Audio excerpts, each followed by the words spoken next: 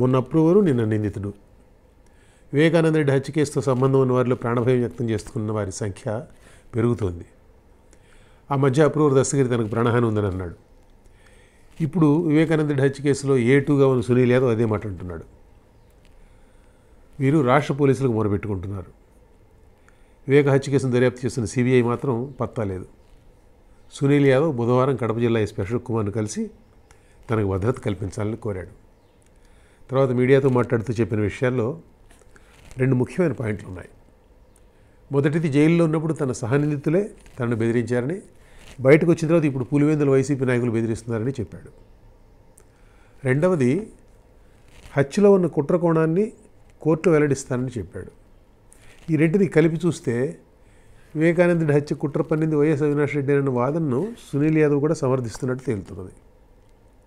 Dastagiri statement ప్రకారం, CBI కథనం ప్రకారం, అంటే వాళ్ళు కోర్టులో దాఖలు చేసిన ఛార్జ్షీట్ ప్రకారం వివేక హత్యలో సునీల్ యాదవ్ ప్రత్యక్షంగా పాల్పంచుకున్నాడు. 8 మంది నిందితుల్లో CBI మొదట అరెస్ట్ చేసింది సునీల్నే.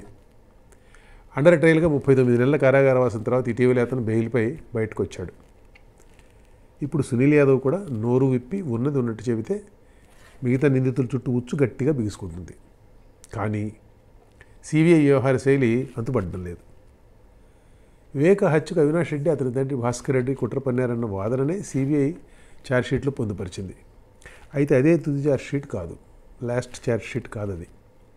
ఈ కేసులో ఇంకా కొన్ని కోణాల్లో దర్యాప్తు సాగాల్సి ఉంది. ఉదాహరణకు, వివేకానంద రెడ్డి హత్య జరిగిన తర్వాత ఆనాటి ప్రతిపక్ష నేత వైఎస్ జగన్కు, ఆయన వివేకానంద రెడ్డి అన్న కొడుకు వైఎస్ జగన్కు ఆ సంగతి తెల్లవారుజామునే తెలిసిందన్న విషయం మాజీ IAS అజయ్ కల్లం CBIకి ఇచ్చిన వాంగ్మూలం ద్వారా బయటకు వచ్చింది. అంతకుముందు జగన్ చెప్పిన దానికి దీనికి వ్యత్యాసం ఉంది. తర్వాత ఎప్పుడో తనకు తెలిసిందని ఆయన అన్నారు. తెల్లవారుజామున జగన్ లోటస్ పాండ్ ఇంట్లో కొంతమందితో కలిసి సమావేశమైనప్పుడు ఇంట్లో నుంచి కబురు వస్తే జగన్ లోపలికి వెళ్ళి కొద్దిసేపటి తర్వాత బయటకు వచ్చి వివేకం చిన్నాన్న చనిపోయినట్టు ఫోన్ ద్వారా కబురు వచ్చిందని వారికి చెప్పాడు. ఆ సమావేశంలో పాల్గొన్న అజయ్ కల్లం చెప్పిన సమాచారం ఇది. CBIకి ఇచ్చిన వాంగ్మూలం. దీనిని బట్టి జగన్ మరో విధంగా ఎందుకు చెప్పారు అన్న ప్రశ్న తలెత్తుతుంది. ఫోన్ చేసింది ఎవరు, చేసింది ఎవరికి అనే ప్రశ్నలు ఉత్పన్నమవుతాయి. జగన్కి ఇంట్లో నుంచి లోపలికి రావాల్సిందిగా కబురు చేయగలిగేది ఆయన భార్య కాబట్టి ఆమెకే ఫోన్ వచ్చింది అనుకోవచ్చు మనం. మరి ఆమెకు ఫోన్ చేసింది ఎవరు? ఈ ప్రశ్నలకు సమాధానాలు తెలుసుకోకుండా వివేక హత్య కేసుల దర్యాప్తు పూర్తయినట్టు కాదు. ఈ ప్రశ్నలకు వచ్చే సమాధానాలతో అసలు కేసు స్వరూపమే మారచ్చు కూడా. అయితే CBI ఇంతవరకు జగన్ను కానీ జగన్ భార్య భారతిని కానీ ప్రశ్నించలేదు.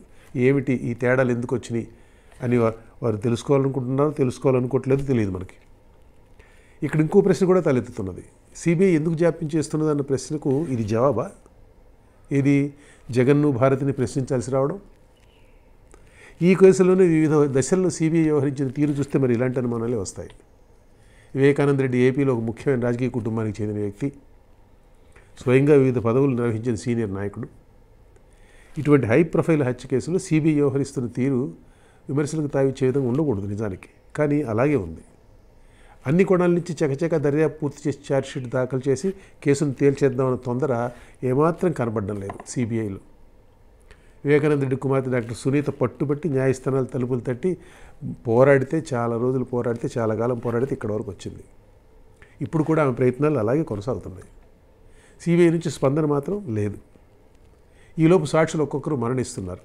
ఆ మరణాలపై అనుమానాలు వ్యక్తమవుతున్నాయి. కేసుకు కీలకమైన అప్రూవర్ దస్తగిరి తన ప్రాణాలకు ముప్పు ఉందంటున్నాడు. తాజాగా నిందితుడు సునీల్ యాదవ్ కూడా అదే మాట అంటున్నాడు. ఈ పరిణామాలన్నీ CBIని రంగంలోకి దించగలిగినవి నిజానికి కదా. వీటి ఆధారంగా కొందరు నిందితులు బెయిల్ రద్దుకు CBI న్యాయస్థానాలను ఆశ్రయించాలి. లెక్క ప్రకారం CBI ఎక్కడుందో మాత్రం మనకి తెలియదు. మనకి ఎవరికి తెలియకుండా ఎక్కడన్నా ఏ కొడన్నా తవ్వుతున్నదేమో మరి.